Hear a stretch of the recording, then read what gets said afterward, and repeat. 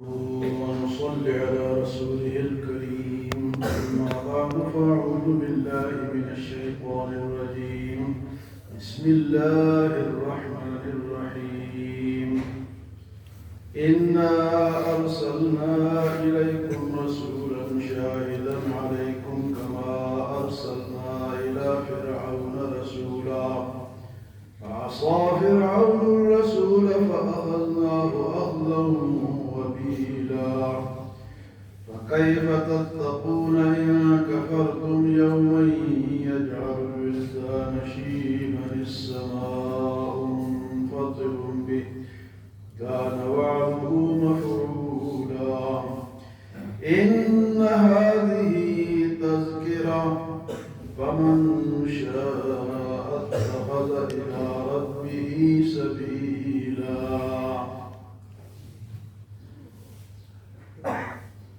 سورۃ مزمل میں حضور صلی اللہ علیہ وسلم کو رات کو قیام کا حکم ملا کہ آپ کھڑے رہیں، قرآن کو ترتیل سے پڑھیں، اور جو لوگ آپ کی بات نہیں مانتے، جو مکذبین ہیں، ان کو میرے حوالے کرتے ہو، ذرنی والمکذبین. اور فرمایا کہ ہمارے پاس تو بیڑیاں ہیں اور کڑیاں ہیں اور شعلے مارتی ہوئی آگ ہے، اور کھانا کون سا؟ جو کہ گلے میں اترے گئے، طعاما ذا غصۃ. اور فرمایا کہ یہ کب ہوگا؟ یوم ترجف الارض والجبال، جس دن پہاڑ اور زمین کو ریزہ ریزہ کر دیا جائے گا. اس کے بعد اہل مکہ کو حضرت موسیٰ علیہ السلام کا حوالہ دیا گیا کہ ان کو بھی ایک فرعون کی طرف بھیجا گیا تھا. تو فرمایا کہ میرا یہ جو نبی ہے یہ تمہاری طرف آیا ہے، تو فرعون والی حرکت نہ کرو. فرمایا انا ارسلنا الیکم رسولا شاہدا، بے شک ہم نے اپنا رسول تمہارے سامنے بھیجا ہے گواہ بنا کر. اچھا، حضور صلی اللہ علیہ وسلم اس امت کے بھی گواہ ہیں اور پچھلی امتوں کے بھی گواہ ہیں. قیامت کے دن جب نوح علیہ السلام سے پوچھا جائے گا، باقی انبیاء سے پوچھا جائے گا کہ آپ نے تبلیغ کی، وہ فرمائیں گے کی. تو پھر ان کی امتیوں کو بلایا جائے گا کہ نوح علیہ السلام نے تبلیغ کی، وہ کہیں گے کہ کوئی نہیں کی، انکار کریں گے. تو پھر اس امت کو یعنی امت محمدیہ کو گواہ بنا کے پیش کیا جائے گا. ان سے پوچھا جائے گا کہ نوح علیہ السلام نے تبلیغ کی، تو کہیں گے کی ہے. تو وہ لوگ کہیں گے ان کی باتیں ہم نہیں مانتے، تو بعد میں آنے والے لوگ ہیں، یہ ہماری گواہی کس طرح دے؟ تو جواب دیں گے کہ اے اللہ، ہم نے تیرے قرآن میں یہ پڑھا کہ انا ارسلنا نوحا الی قومہ، کہ ہم نے اس قوم کی طرف نوح علیہ السلام کو بھیجا. تو حضور صلی اللہ علیہ وسلم بھی گواہ ہوں گے اور یہ پوری امت بھی پہلی امتوں پر گواہ ہوگی. تو یہ ہم نے سب نے سنا ہے کہ موسیٰ علیہ السلام آئے، نوح علیہ السلام آئے، آدم علیہ السلام آئے، تو ہم گواہ بھی ہوں گے. فرمایا کہ میرا رسول تمہارے اوپر گواہ ہے. انا ارسلنا الیکم رسولا شاہدا کما ارسلنا الی فرعون رسولا، جس طرح ہم نے فرعون کے پاس اپنا رسول بھیجا. تو فرمایا کہ فرعون نے کیا حرکت کی؟ فعصى فرعون الرسول، فرعون نے رسول کی نافرمانی کی، نہیں مانا، موسیٰ علیہ السلام کی نبوت کو تسلیم نہیں کیا. فَأَخَذْنَاهُ أَخْذًا وَبِيلًا، تو ہم نے اس کو پکڑنا سخت طرح سے پکڑا. ہاں جی، موسیٰ علیہ السلام کے سامنے وہ غرق ہوا. پھر اس نے کہا کہ میں اب ایمان لاتا ہوں. ہم نے موسیٰ علیہ السلام اور ہارون علیہ السلام کے رب پہ جب پانی نے گھیرا تو اللہ پاک نے فرمایا آل آن وقد عصیت قبل وکنت من المفسدين، اب تمہاری بات نہیں چلے گی، اس سے پہلے تو نافرمانی کرتا رہا تو اللہ نے فرمایا ہم نے اس کو قیامت تک کے لیے عبرت بنا دیا. اس کی باڑی جو ہے وہ مصر میں پڑی ہے، تو اللہ نے فرمایا کہ ہم نے اس کو عبرت کے طور پہ باقی رکھا. تو فرمایا کہ فرعون نے کیا کیا؟ نافرمانی کی. فعصى فرعون الرسول فأخذناه أخذا وبيلا، تو ہم نے اس کو پکڑنا وبال والا پکڑنا، سخت پکڑنا. فرمایا فَكَيْفَ تَتَّقُونَ إِن كَفَرْتُمْ، پس تم کس طرح بچو گے اگر تم کفر کرتے رہے. فَكَيْفَ تَتَّقُونَ إِن كَفَرْتُمْ يَوْمًا، اس دن يَجْعَلُ الْوِلْدَانَ شِيبًا، جس دن ڈر کے مارے بچے بوڑھے ہو جائیں گے.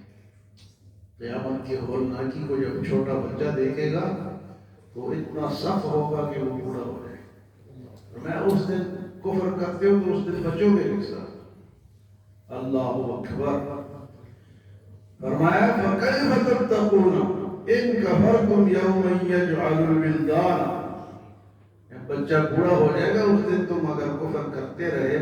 اے اہل مکہ، ابو جہل، ابو لہب، عتبہ، شیبہ، اگر تم نہیں مانو گے تو اس دن کیا کرو گے جس دن بچہ بوڑھا ہو جائے گا. یہ قیامت کا دن ہوگا.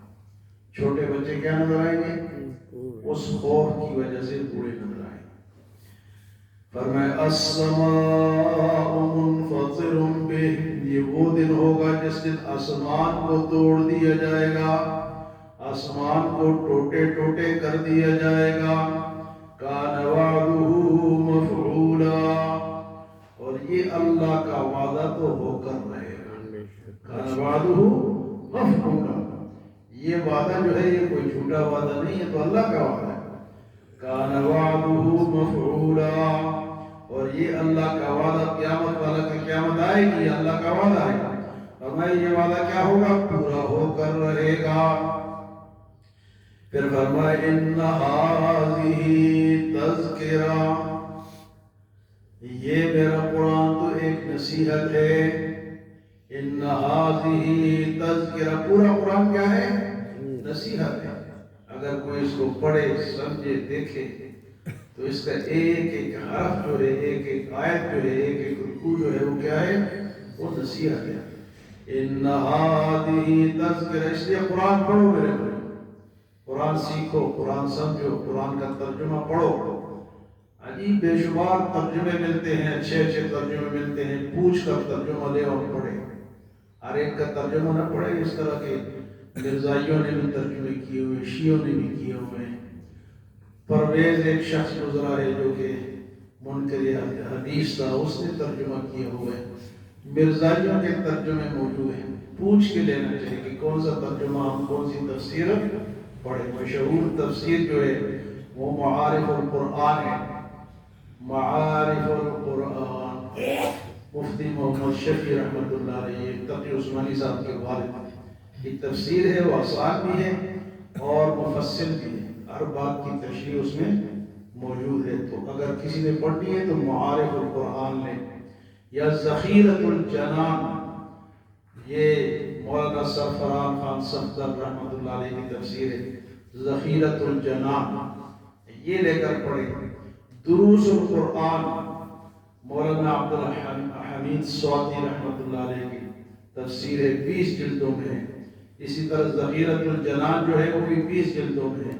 اور اسی طرح معارف القرآن جو ہے یہ 8 جلدوں میں ہے.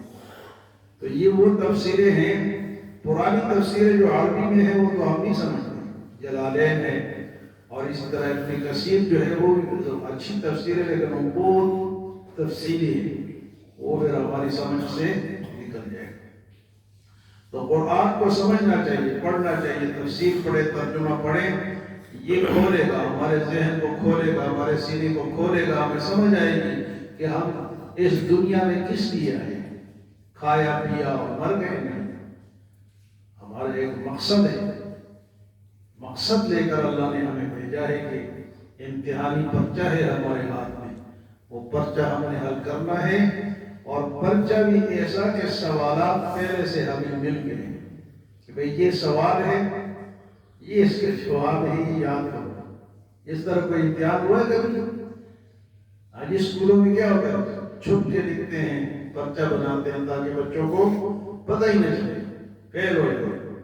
لیکن اللہ نے فرمایا کہ میرا پرچہ کیا ہے، سوال بھی سامنے ہے اور جواب بھی، اب سمجھنا ہمارا کام ہے۔ فرمایا ان ھذہ تذکرہ، بس یہ قرآن نصیحت ہے، فمن شاء اتخذ الی ربہ سبیلا، بس جو چاہتا ہے اللہ کی طرف سے راستہ تو اس قرآن سے حاصل کرے۔ یہ نصیحت ہے، فمن شاء اتخذ الی ربہ سبیلا، جو رب کی طرف سے راستہ بنانا چاہتا ہے وہ اس سے نصیحت اور وہ راستہ حاصل کرے۔ ان ھذہ تذکرہ فمن شاء اتخذ الی ربہ سبیلا۔ تو آج کی ان آیات میں فرمایا کہ فرعون کی مثال دی، اس نے نہیں مانا تو اللہ کی پکڑ میں آیا، اور فرمایا کہ اس دن کیا کرو گے اگر کفر پر جمے رہے، گناہوں پر جمے رہے، جس دن بچے بوڑھے ہو جائیں گے اس دن کا خیال کرو، اور آسمان ٹوٹ جائے گا، اللہ کا وعدہ پورا ہو کر رہے گا۔